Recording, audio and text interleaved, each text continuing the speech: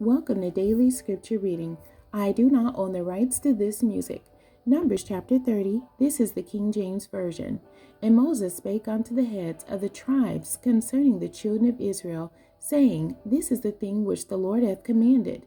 If a man vow a vow unto the Lord, or swear an oath to bind his soul with a bond, he shall not break his word. He shall do according to all that proceedeth out of his mouth.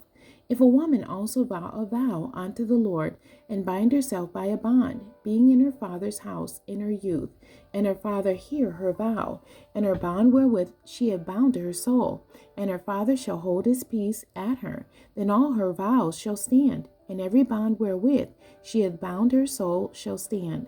But if her father disallow her in the day that he heareth not any of her vows, or of her bonds wherewith she hath bound her soul, shall stand, and the Lord shall forgive her, because her father disallowed her. And if she had at all a husband, when she vowed or uttered aught of her lips, wherewith she bound her soul, and her husband heard it, and held his peace at her in the day that he heard it, then her vows shall stand, and her bonds wherewith she bound her soul shall stand.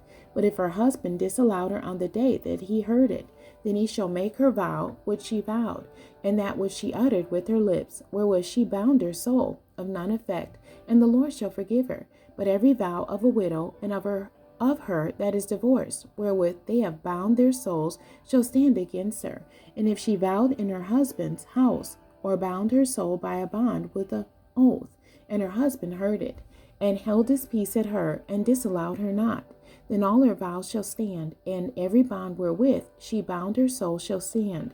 But if her husband hath utterly made them void on the day he heard them, then whatsoever proceeded out of her lips concerning her vows, or concerning the bond of her soul, shall not stand. Her husband hath made them void, and the Lord shall forgive her. Every vow and every binding oath to afflict the soul, her husband may establish it, or her husband may make it void. But if her husband altogether hold his peace at her from day to day, then he establisheth all her vows, or all her bonds, which are upon her. He confirmeth them, because he held his peace at her in the day that he heard them. But if he shall any ways make them void after that he hath heard them, then he shall bear her iniquity. These are the statutes which the Lord commanded Moses, between a man and his wife, between the father and his daughter, being yet in her youth in her father's house. The end. God bless you, and thank you for joining me today.